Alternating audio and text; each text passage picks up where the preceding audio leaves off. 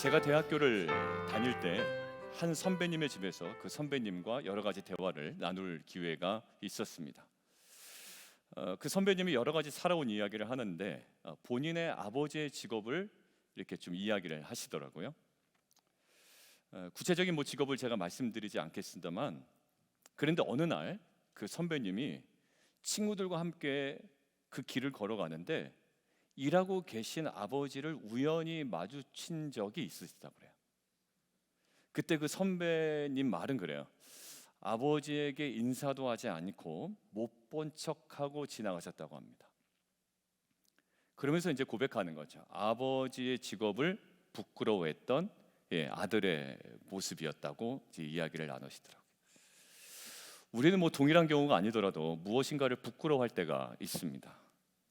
우리는 사실 부끄러운 것을 최대한 감추려고 하고 자랑할 만한 것들은 드러내려는 경향을 누구나 다 갖고 있습니다. 오늘 사도 바울은요, 복음을 뭐 한다고요? 부끄러워하지 않는다라고 이야기합니다. 한번 여러분들 다시 한번 생각해 보시겠어요? 사도 바울이 왜 그 얘기를 할까요? 좀 바꿔서 한번 제가 말씀드려 볼게요. 여러분에게 요즘 차가 좋은 차가 뭐죠? 한국 현대차로 한번 제네시스 그냥 좋은 차 하나 딱 생각하죠. 제네시스 좋은 차를 가지고 있는 사람이 그러면 또 외제차에 비교해서 싸다 이럴까요? 아무튼 람보르기니를 할까요? 아무튼 제일 좋은 차, 제일 좋은 차가 뭔지 모르겠지만 아무튼 람보르기니라고 하죠. 그 차를 가지고 있는 사람이 나는 람보르기니 람보르기니를 부끄러워하지 아니하노니, 좀 이상하죠? 근데 특정한 차의 이름을 얘기하면 소형차를 모시는 분이 이렇게 얘기합니다. 나는 내가 가지고 있는 소형차를 부끄러워하지 아니하노니. 그럼 뭔가 이해가 되죠? 어떤 뉘앙스인지 아시겠어요? 자, 다시 질문합니다. 오늘 사도 바울이 내가 복음을 부끄러워하지 아니하노니 라는 것을 굳이 이야기하는 이유가 뭘까요? 지금도 그렇지만 당시에도 복음을 부끄럽게 여길 만한 사회적 분위기가 있었기 때문이에요. 나는 소형차를 부끄러워하지 않아 라고 굳이 얘기하는 이유가 뭘까요? 사람들이, 일부 몰지각한 사람들이 소형차를 부끄럽게 여기기 때문에 그렇게 얘기하는 거잖아요. 그러니까 지금 복음을 부끄러워하지 아니한다 라고 굳이 얘기하는 이유는 복음을 부끄럽게 여길 만한 그 당시의 사회적 분위기가 팽배해 있겠다라는 거예요. 여러분들, 사도 바울이 지금 로마서를 작성하고 방문하려는 곳이 어디입니까? 로마죠. 로마는 어떤 지역입니까? 가난하고 어려운 선교지가 아닙니다. 로마는 당시 최고 권력과 화려한 문화가 지배했던 제국이고요. 지금으로 따지면 뉴욕 한복판 정도 될까요? 그리고 유럽의 한 대도시 정도 될까요? 아니면 아랍에미레이트의 그 두바이 정도 되는 높은 건물이 질비한 어떤 그런 도시 정도 또 비견할 수 있을 겁니다. 그런데 바울은 왜 로마에 가려고 하나요? 15절을 함께 성경을 통해서 함께 보겠습니다. 15절이요. 함께 한번 읽어볼까요? 시작. 그러므로 나는 할 수 있는 대로 로마에 있는 너희에게도 복음 전하기를 원하노라. 분명해졌죠. 관광을 목적으로 가는 게 아닙니다. 명확한 이유가 있어요. 복음을 전하려는 분명한 목적이 있습니다. 자, 그런데 또 질문 하나요. 선교지가 한두 군데가 아닌데 왜 로마로 향할까요? 조금 더 수월한 곳, 조금 더 만만한 곳, 그리고 복음을 받아들이기 쉬운 곳으로 선택하면 더 효과적일 수도 있는데 라는 생각이 들었습니다. 로마밖에 남지 않았다. 그렇지 않아요. 더 많은 지역이 있거든요. 근데 굳이 굉장히 복음에 저항적인 그 지역으로 돌아가는 이유가 무엇일까라는 생각이 들었습니다. 사도 바울이 그 어려운 로마를 다시 바꿔서 얘기하면 로마임에도 만만치 않은 로마임에도 주저함 없이 선택할 수 있게 된 이유가 무엇인지 오늘 좀 살펴보려고 합니다. 그래서 2023년 한 해 여전히 우리 앞에 견고한 진을 치고 있는 로마와 같은 그 세상 앞에 복음과 하나님 나라라는 기치를 걸고 출발하는 우리에게 필요한 것이 무엇인지 오늘 함께 좀 짧게 나눠보려고 합니다. 연합 예배니까 좀 자세한 거는 다음 주부터 하고요. 저희가 자녀들과 함께 좀 짧게 나누는 시간 갖도록 하겠습니다. 우리 함께 읽어볼까요? 자, 시작. 사실 우리가 함께 봉독했던 16절 헬라어 성경을 보면요, 어떤 접속사가 하나 들어있는데 어떤 접속사냐면 가르라는 접속사예요. 이미 이제 새벽에 여러 번 언급했던 헬라어 접속사이기 때문에 이미 그 접속사구나라고 생각하신 분이 있을 거예요. 가르라는 접속사가 어떤 접속사입니까? 왜냐하면이라는 접속사예요. 왜냐하면. 자, 결국 16절을 원어에 맞게 다시 한번 풀어보면 이겁니다. 왜냐하면 내가 복음을 부끄러워하지 않기 때문이다 라는 거예요. 16절에 그 원어를 그대로 직역을 하면, 자, 16절은 그 자체로도 분명한 하나의 진술 맞습니다. 내가 복음을 부끄러워하지 아니한다 라는 진술 맞아요. 그런데 무엇인가의 근거가 되는 문장이 16절이라고요. 그러면 무엇에 대한 근거일까요? 15절에 대한 근거죠. 자, 자신이 만만치 않은 로마로 가서 그 로마에서 주저없이 복음을 전할 수 있는 근거가 있다는 얘기예요. 그 근거가 뭐냐면 바울이 어디 가서 탁월한 훈련을 받은 것도 아니고 로마에서 바울에게 보장된 영향력이 있기 때문도 아니에요. 영향력이 있어서 로마로 내가 가겠다도 아니고 훈련을 받았기 때문도 아닙니다.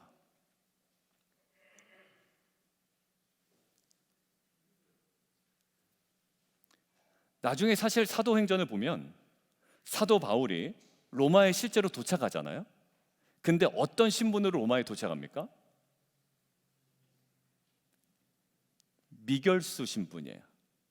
확정 판결을 받지 않은, 아직 판결을 받아야 하는 미결수 신분으로 로마에 갑니다. 그러니까 전혀 영향력과는 상관이 없는 상태로 로마에 갑니다. 그리고 가서는 어떠나요? 가택연금, 완전한 감옥은 아니지만 거주지가 제한되는, 이동이 제한되는 가택연금 상태로 2년 동안 있게 됩니다. 어찌 보면 전혀 효과적이지 않은 전략을 가지고 로마에 도착한 거예요. 로마에 가겠다라는 마음은 뜨거웠는데 전략이 그닥 좋아 보이지 않아요. 왜? 미결수 신분으로 가서도 정작 가택연금으로 거주지나 여러 가지 활동이 제한되어 있기 때문에. 그런데 사도 바울은요, 분명하게 얘기합니다. 자신이 주저함 없이 부담스러운 로마를 향해 갈 수 있는 근거는 뭐라고요? 로마 시민들을 압도할 만한 커뮤니케이션 훈련을 받아서가 아니라 로마의 영향력이 있는 위치가 보장되어서가 아니라 본인이 갖고 있는 어떤 재력이나 능력이 아니라 오직 뭐 하나 얘기합니까? 왜냐하면 내가 복음을 부끄러워하지 않기 때문에 간다라는 거. 되게 단순한데 되게 선명합니다. 훈련을 잘 받아서 그 무시무시한 로마로 가나? 가면 영향력 있는 사람들과의 어떤 네트워크 있나? 전혀 아닙니다. 딱 한 가지예요. 나는 복음을 부끄러워하지 않기 때문에 충분히 갈 수 있다라는 거예요. 작년 2022년 한 해 동안 한국에서 회자되었던 그 말이 생각이 났습니다. 꺾이지 않는 마음. 그 복음을 부끄러워하지 않는 그 마음 때문에 가능하다라는 거예요. 저는 사도 바울이 탁월한 전도자가 될 수 있었던 그 핵심이 바로 여기에 있다고 생각이 듭니다. 우리가 누군가 전도를 잘하면 이렇게 생각합니다. 그 사람은 베풀 만한 재정적인 능력이 돼서 전도를 잘해, 이렇게 생각한다고. 그렇게 생각할 때가 있죠. 그리고 그 사람은 사회적인 좀 지위가 있으니까, 영향력이 있어서 전도를 잘해, 이렇게 생각할 때가 있어요. 근데 사도 바울이 뭐라고 그러냐면 사도 바울의 탁월한 전도자가 될 수 있었던 핵심이 뭐냐면 로마 사람들의 관심을 자극할 만한 돈과 명예가 많아서가 아니었습니다. 여러분, 돈과 명예가 있으면 도움이 될 수는 있어요. 그러나 참된 전도자에게 필수적인 핵심 요소라고는 사실 할 수 없는 겁니다. 그렇다고 바울이요 가말리엘의 문화생으로 좋은 훈련을 받았기 때문에 내가 로마로 간다, 이것도 아닙니다. 사실 훈련은 매우 중요해요. 그리고 저희가 올해 그런 훈련을 함께 받으며 준비하려고 합니다. 근데 그 훈련보다 더 우선적으로 우리 마음에 명확해야 되는 것이 있다는 거예요. 그냥 훈련 받으면 자동적으로 되는 게 아닙니다. 여러분들 여기서 전도폭발 훈련 받으신 분이 있죠. 훈련 받고 나가면 나가서 백발백중 다 되는가요? 아니죠. 여전히 뭔가 두렵고 떨리고 민망하고 부끄럽고. 여러분들 훈련 받아서 되는 부분이 물론 있어요. 우리가 훈련을 해 나갈 겁니다. 그렇지만 오늘 사도 바울이 핵심적으로 무엇을 얘기합니까? 복음을 부끄러워하지 않는 마음이에요. 여러분들, 저희 오늘 2023년 올 한 해는 우리 공동체가 복음을 부끄러워하지 않는 공동체가 되었으면 좋겠습니다.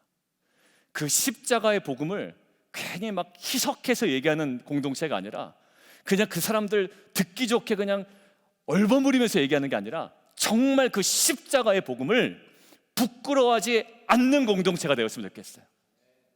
로마에 걸맞는 상태로 자꾸 바꿔가려고 애쓰는 것이 아니라 그 로마의 권력과 화려한 문 앞에서도 당당할 수 있는 이 복음을 부끄러워하지 아니하는 저와 여러분 되기를 주님의 이름으로 축원드립니다. 그 어떠한 준비보다 복음을 부끄러워하지 아니하는 그 십자가 복음을 향해 꺾이지 않는 마음으로 나아가는 저와 여러분 되기를 주님의 이름으로 축원드립니다. 자, 그렇다면 복음을 부끄러워하지 않을 수 있는 이유는 무엇일까요? 16절에 기록되어 있습니다. 복음을 그러면 부끄러워하지 않는다라고 했는데 그 이유는 또 뭐냐? 자, 내가 복음을 부끄러워하지 아니하노니 다음에 또 하나 접속사가 생략이 되어 있습니다. 한국어 번역으로는 번역되지 않았는데요. 헬라어는 뭐가 또 있냐면 또 가르가 있습니다. 총 16절과 17절에 가르가 3번 나오는데 오늘 2개만 얘기할 거예요. 그 사이에 가르가 있습니다. 자, 15절에 내가 로마로 주저없이 가서 복음을 전하기를 원하는 이유와 근거가 뭐라고요? 내가 복음을 부끄러워하지 않기 때문이에요. 훈련을 받아서도 아니고 돈이 많아서도 아니고 내가 영향력이 있어서도 아니고 딱 한 가지, 나는 복음을 부끄러워하지 않는 사람이기 때문에 로마든 어디든 갈 수 있다라는 거예요. 야, 그 선교제 갈 수 있냐? 돈 있냐? 건강하냐? 훈련 받았냐? 아니, 나는 복음을 부끄러워하지 않는 사람이기 때문에 어디든 간다라는 거예요. 그리고 그럼 너 복음을 부끄러워하지 않는 이유가 뭔데? 라고 물어보니까 가르하고 뒤에게 뭐냐면 이 복음이 모든 믿는 자에게 구원을 주시는 하나님의 능력이 되기 때문에 내가 부끄러워하지 않아 라고 얘기해요. 여러분들, 당시 상황에는 십자가 복음이 부끄럽게 여길만 했습니다. 마치 아까 얘기한 대로 일부 많은 사람들의 편견이 소형차를 가진 것을 엉뚱하게 부끄러워하는 것처럼 그 당시에도 십자가 굉장히 부끄럽게 생각했습니다. 그리고 수치스럽게 생각했습니다. 왜냐하면 십자가가 유대교에서는 어떤 상징인가요? 하나님의 심판입니다. 유대교에서는 십자가가 하나님의 심판이에요. 그리고 로마 사회에서는 십자가가 어떤 겁니까? 가장 흉악범을 처형하는 가혹한 형벌의 상징입니다. 그러니까 그것을 보고 부끄러워하지 않는 것이 오히려 이상할 정도로 십자가는 굉장히 부끄러운 것이었다고요. 그러나 부끄럽게 여김받는 십자가에서 사도 바울은 무엇을 발견합니까? 오늘 이야기대로 구원을 주시는 하나님의 능력을 발견합니다. 사람들이 우리가 십자가 복음을 얘기할 때 뭐 그렇게까지 살아야 돼 라고 하지만 여러분들, 부끄러워하지 아니하며 않을 수 있는 이유는 뭡니까? 거기에 능력을 발견합니다. 다른 사람들은 십자가에 매달린 예수를 보고 저주하고 침뱉지만 여러분들, 거기에 무엇을 발견합니까? 하나님의 지혜를 발견하고 능력을 발견한 자들은 그 앞에 뭐합니까? 경배하고 찬양합니다. 여러분들, 결국 고린도전서 1장 23절에서 24절까지 이렇게 나와 있습니다. 함께 볼까요? 자, 시작.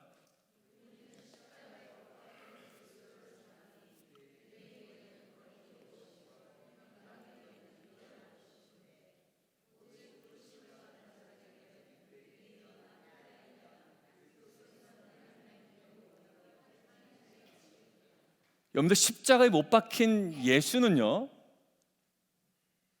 유대인에게는 굉장히 거리끼는 겁니다. 그리고 헬라 사람들에게는 굉장히 미련해 보이는 겁니다. 여러분들, 저희가 십자가 복음을 정확하게 외치면 세상 사람들이 박수 쳐주고 환영할까요? 그렇지 않습니다. 교회 안에서도 환영받지 못하는 것이 십자가 복음입니다. 그래서 최대한 어떻게 하려고요? 최대한 코드에 맞게 저희가 바꿔나간다고요. 그들이 감정 거리끼지 않게, 그들이 미련하지 않도록 느끼기 위해서 최대한 각색하고 아름다운 것으로 꾸미기 시작합니다. 어디까지 갑니까? 그래서 번영신학까지 가는 거예요. 번영신학은 신학 싫어하지만 십자가 복음도 싫어하는 어정쩡한 상태가 사실 있거든요. 번영신학을 선포하는 교회, 정말 어떻게 그런 교회가 있냐라고 하지만 사실 십자가 복음 앞에 그것도 부담스러워하는 것이 사실 우리의 마음입니다. 옛날에 번영신학을 신랄하게 비판했지만 십자가 복음을 전하니 그것도 싫다라는 거예요. 여러분들, 이것이 복음의 신비입니다. 부끄러워하고요, 부끄러워할 수밖에 없는 그 지점에 우리는 2023년에 계속 나아갈 겁니다. 적당하게 좋은 거 있잖아요. 어제도 사실 송구영 씨 예배 때 내년에 잘 될 겁니다, 이런 메시지 선포하면 얼마나 좋겠어요. 그러나 우리는 약속에 따라, 말씀에 따라 우리가 회개하고 또 우리가 감사하며 특별히 소망 가운데 나아가죠. 여러분들, 우리가 마주쳐야 되는 것은 뭐냐면, 거리끼고 미련해 보이는 복음 앞에 우리는 2023년에 계속 서 나갈 겁니다. 번영신학은 아니지만 그래도 나에게 이해가 되고 납득이 되는 수준의 복음, 우리는 이제 떠나 보내야 됩니다. 그래, 번영신학은 너무 좀 세속주의잖아 라고 하면서도 여전히 적당한 내가 원하는 복음의 그 지점에 머물러 있기를 원했던 우리의 마음이 있거든요. 이제는 계속 어디로 갈까요? 이제는 유대인에게 그토록 거리꼈던, 헬라인에게, 로마 사람에게 그토록 미련스럽게 보였던 그 지점으로 우리는 나갈 겁니다. 그래서 거기서 무엇을 발견해요? 성공을 주는 능력을 발견하는 것이 아니라 무엇을 주는? 구원을 주는 하나님의 능력을 경험할 거예요. 그리고 그 구원을 주는, 생명을 주는 그 복음을 우리는 전할 겁니다. 이것이 교회 사명입니다. 삼성전자 홈페이지에 가면 뭐가 광고되어 있나요? 전화기, TV, 백색 가전, 그죠? 냉장고, 세탁기.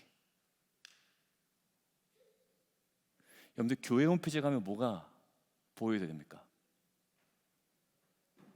담임 목사 멋진 사진 하나 걸어놓으면 교회입니까? 아니면 교회 막 조명 가운데 화려하게 막 음악이 흐르고 영상이 막 플래시로 나가고 막 반짝반짝거리면서 예배드리는 모습이 교회 홈페이지의 본질일까요? 여러분, 삼성전자는 철저하게 그 제품을 광고하죠. 기업이 무엇인지, 우리가 자랑하라는 것이 무엇인지. 교회 딱 들어갔는데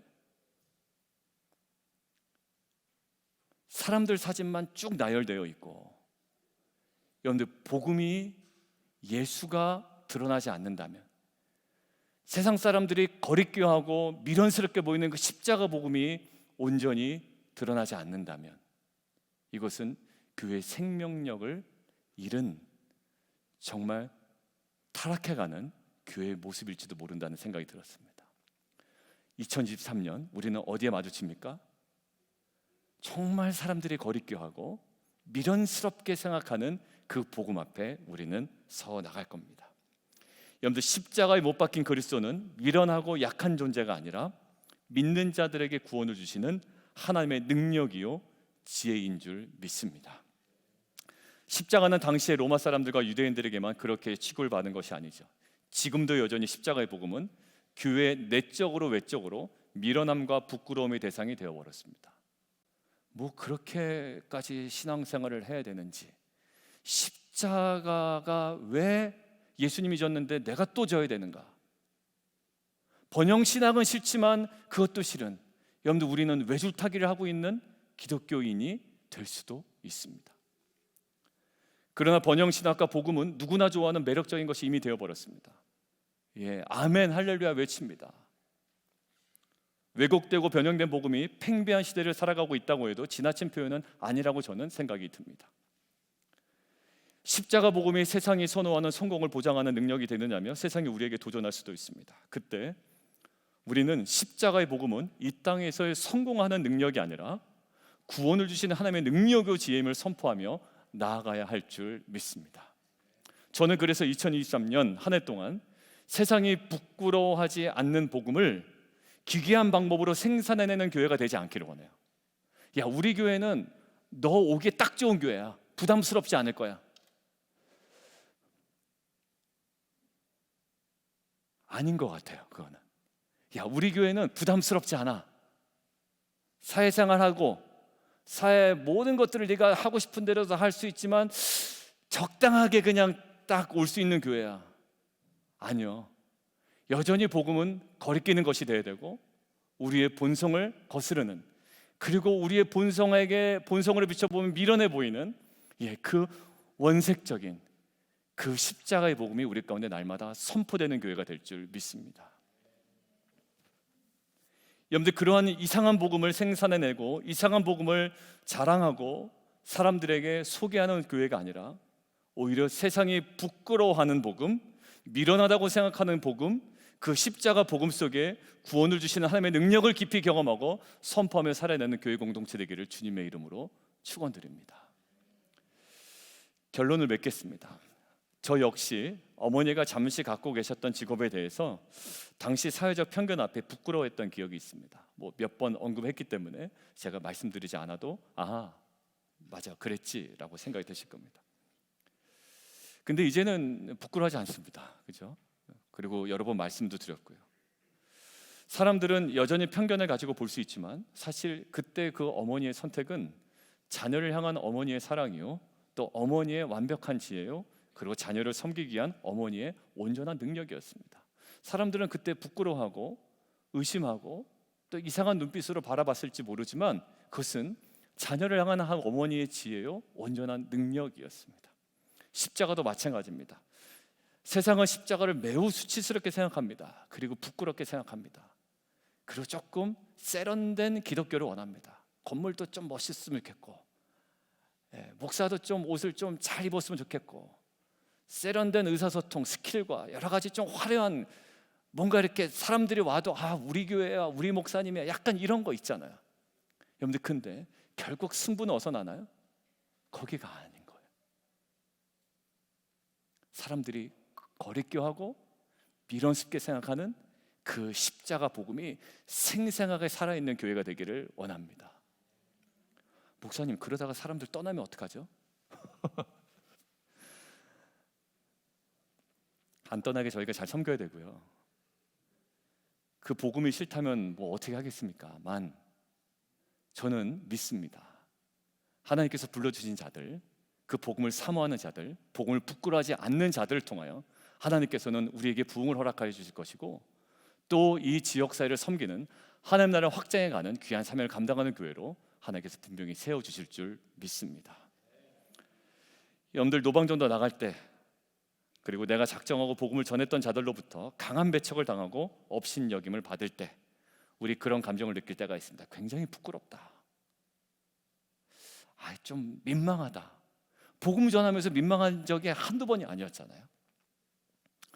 그러나 올 한 해는 세상이 좋아할 만한 복음이 아니라 세상이 부끄러워하고 업신여기는 이 복음의 능력을 선포하고 겸하고 전하는 성도와 가정과 교회 되기를 원합니다. 어정쩡한 복음, 그냥 누구나 다 좋아할 만한 복음이 아니라, 각색된 복음이 아니라 정말 말씀이 우리에게 도전하고 내가 구원받았던 그 십자가의 복음, 그리고 주님께서 내게 본을 보여 그 자취를 따라오게 하셨다라는 베드로전서 2장의 그 복음, 이 복음이 우리에게 생생하게 살아있는 귀한 2023년 되기를 주님의 이름으로 축원드립니다. 그리하여 세상의 화려한 복음, 화려한 모습과 성공에 비견되는 가견적 모습에 부끄러워하는 샤이 크리스천이 아니라 그 안에 감추어진 생명과 부활과 구원의 능력을 경험한 복음을 부끄러워하지 아니하는 빛과 소금 교회의 성도로서 로마와 같은 세상을 향하여 증인의 사명을 온전히 감당해 나가는 저와 여러분 되기를 주님의 이름으로 축원드립니다.